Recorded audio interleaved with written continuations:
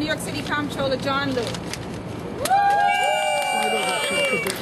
Thank you. I'm delighted to join all of the parents, the educators, and the advocates out here. This is a very important issue, and it's not necessarily a new issue. For a long time now, there have been many people across the city who have been concerned about the number, the rate of school closures throughout the city. It's almost gotten to the point where the number of school closures is almost seen as a sign of success or progress. While school closures are not progress, they in fact turn the tide back for many people. And what this recent report shows is that when a school is closed, it has a disproportionate impact on students with special needs. And when the new schools come in to displace what used to be the old schools, the new schools are not serving the same population. And in many cases, as study after study has shown, they have far fewer special needs students, they have far fewer English language learners.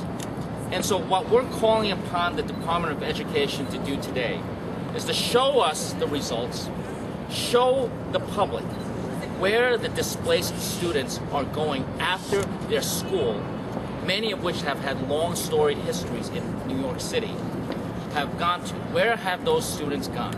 And are they still being served along with all of the other so-called new school students? What we need to be assured of is that the Department of Education is serving all students in the city, especially not leaving students with special needs behind. We don't want any cherry picking going on in our public schools. Thank you.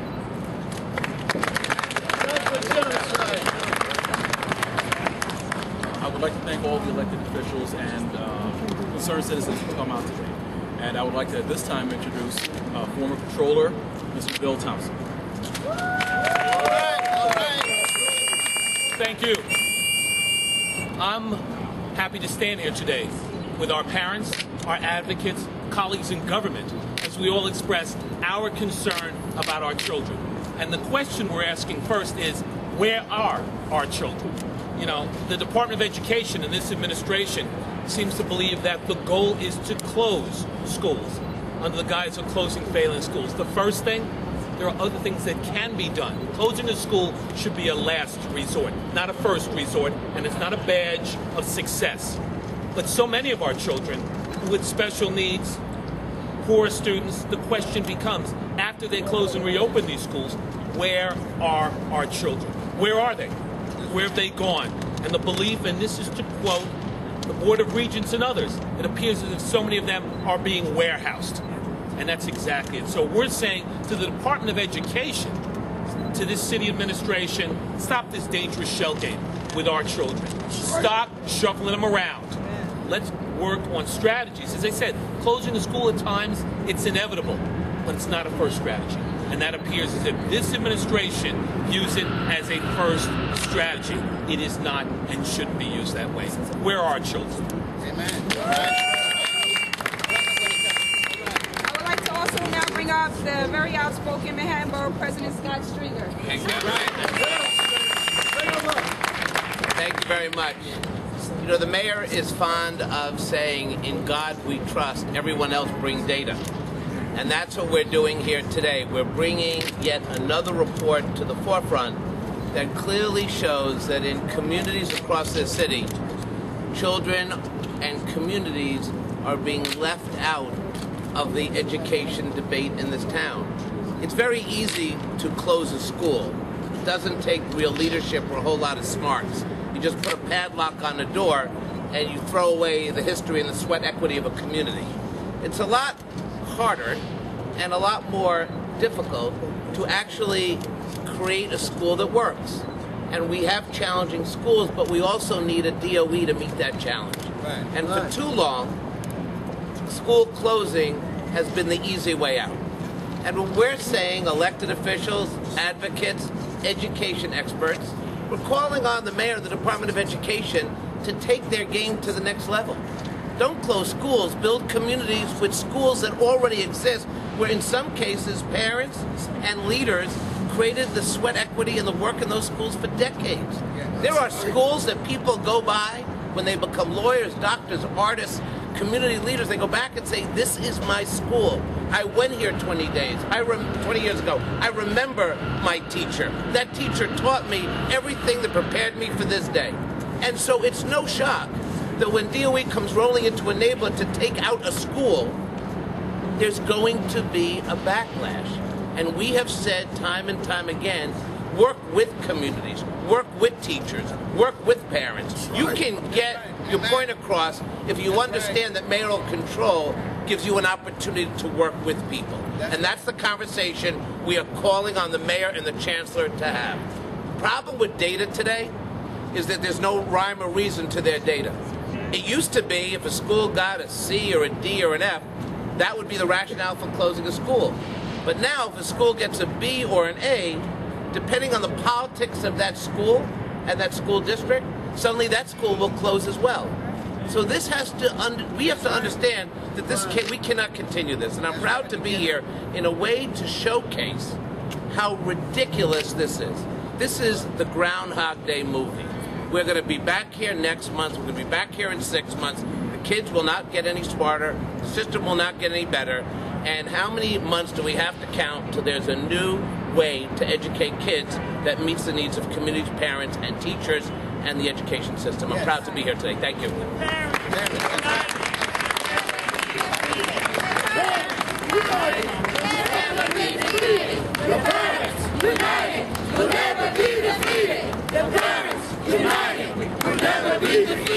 We are very fortunate to have with us today someone who's been a long-time supporter of education. I'd like to introduce our public advocate, Mr. Bill de Blasio. First of all, to the parents here today, thank you. Yes. It's good to be in a place where we listen to parents and care about parents, isn't it? Amen. I have... And grandparents. And grandparents, amen. I have 3 simple concepts here. Amen. The first, the word panacea. Look it up in the dictionary. Something that cures all ills. To too many people over in the Tweed building, closing schools is a panacea. They think it'll solve our problems to close a school. They don't try all the other options. They think it's a cure-all when in fact it misses the point. How much people in this city, how many parents care about their schools, want to succeed, will do everything to make them succeed. The second point, fuzzy math. You remember that phrase from a campaign long ago? Fuzzy math. This Department of Education loves to talk to us about what's working and what's not working, but they aren't providing the information we're all demanding here today. Yes. Who are we talking about? Is the playing field level? Are we talking about apples and oranges or apples and apples? Are we talking about kids with special needs? Are we talking about English language learners? Are we talking about kids who have all the best advantages? What are we talking about?